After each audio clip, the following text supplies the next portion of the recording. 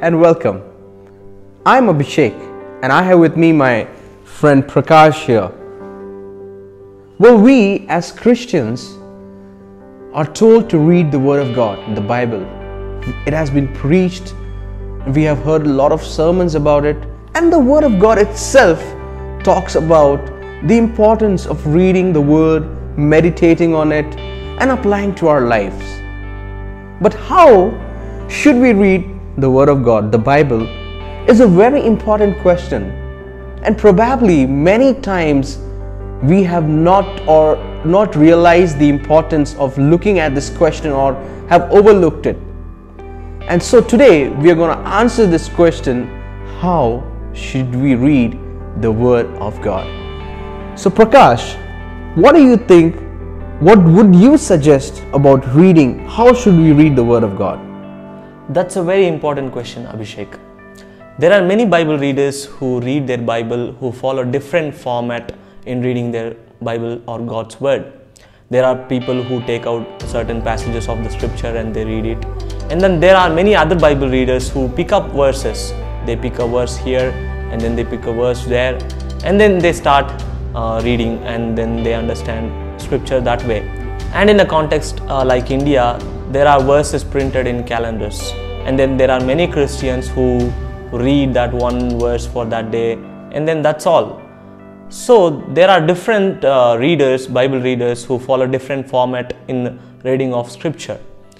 And my main focus for today is about one who reads Bible, picking up verses, pick up verse here and then pick up verse there. That would be my main focus for today's discussion. Okay, Abhishek, I have a story with me right now, and I'll be reading two statements from the story, and tell me what you have understood from this story. There was a boy in a certain village. One fine day, he got up early and got dressed and left for school at 8 a.m. So Abhishek, I have read two statements from a story. Now tell me, what have you understood when I read these two statements? So from the two lines that you read, Prakash, it is very clear and evident that the boy is going to the school to pursue his education. Maybe he is a very keen child, he is very interested in studying things, and that's why the story comes about him. Maybe he is really very good at studies. So yeah, it's very obvious that he is going to school to pursue his education, right? That's what I can understand from the story. So Abhishek, this is how you have understood when I read only two sentences from the story. Now let me give the story to you. So please read so that we will understand what exactly is happening in the story. Let me read the story. There was a boy in a certain village who was very notorious in all his ways.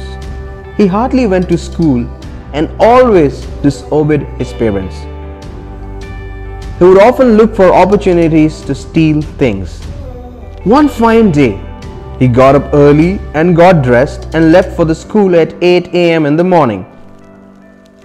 Seeing him come to school after months, his classmates and teachers were surprised. The school went on normal, and after the school hours, the boy went back to his home. Later that day, it was discovered that a large sum of money from the principal's office went on missing. Finally, it was the boy who actually stole it. Oh, I entirely misunderstood the story. I thought the boy was a good boy who went for education, but now when I read the complete story, I find out that the boy is actually a mischief one who went to steal things. And I think that's what happens when we just read few part of the scripture. We understand the story in a very different way, in the way that we want to actually understand. That's the same with Bible too, Abhishek. See, when we pick up verses from the Bible, we are picking it from a story that is already behind that verses.